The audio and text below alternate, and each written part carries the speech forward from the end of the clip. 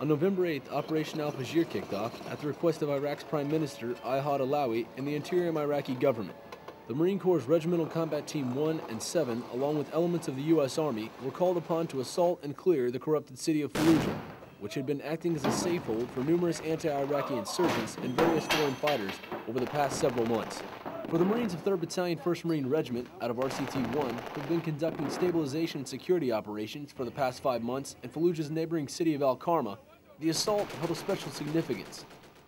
Yeah, we were really pumped up, ready to go, eliminate all the problems, because I think all the surrounding cities around Iraq, everything was stemming from Fallujah.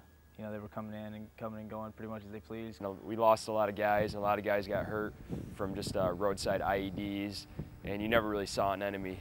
So I don't know one person in my squad, my platoon, that wasn't like, hell yeah, let's go. We're taking this place down. It's going to be a hell of a ride. As the Marines pushed through the city, systematically destroying all the resistance they came across, they braved a barrage of enemy small arms, sniper fire, rocket-propelled grenades, mortars, rockets, and strategically placed improvised explosive devices. In the face of all this, they never lost heart and were far from outgunned as they employed the full spectrum of the Marine Corps' deadly arsenal. Target! We shot small rockets, AT-4s, main tank rounds, tow missiles, anything. If we knew there was somebody in a building, we used our snipers. We took the enemy out before we even had to go up and clear it the best we could. And if we had to go in there and clear it, then we went in with everything we had. 203s, fragmentation grenades, clear by fire, use exactly what you have before you have to stand toe to toe. You have it, so why walk into a fight without using it?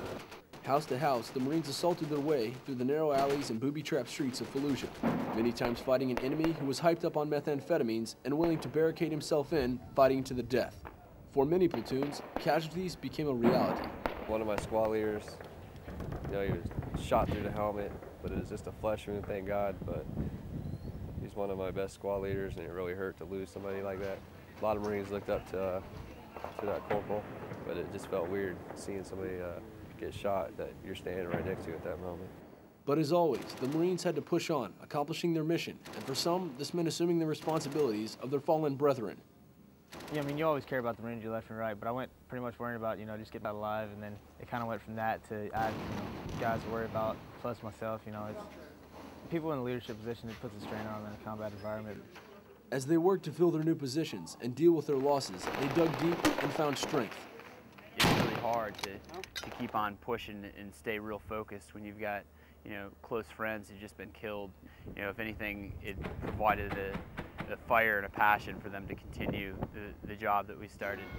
The battle-hardened Marines fought on day and night with scarce bits of time for sleep and chow as they searched endless houses uncovering stores of enemy munitions, weapons, and IED-making materials.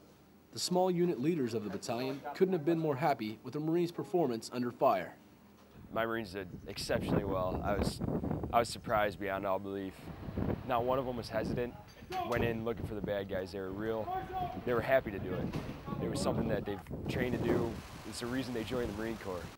Operations in Fallujah are ongoing, but with the majority of the heavy resistance destroyed, many believe that the eradication of the insurgency will have positive effects on not only Fallujah, but the entire area surrounding this freshly cleansed city.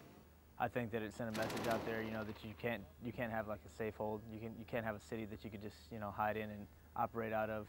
There were a lot of really evil people in that city who were doing all they could to try to stop the progress that has been made in Iraq in the last 18 months. I think now the new government that's going to be elected in January is going to be set up for success.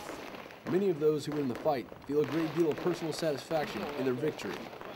I definitely feel I've made, you know, on my level, some sort of contribution to the greater effort that our country's trying to get done here in Iraq.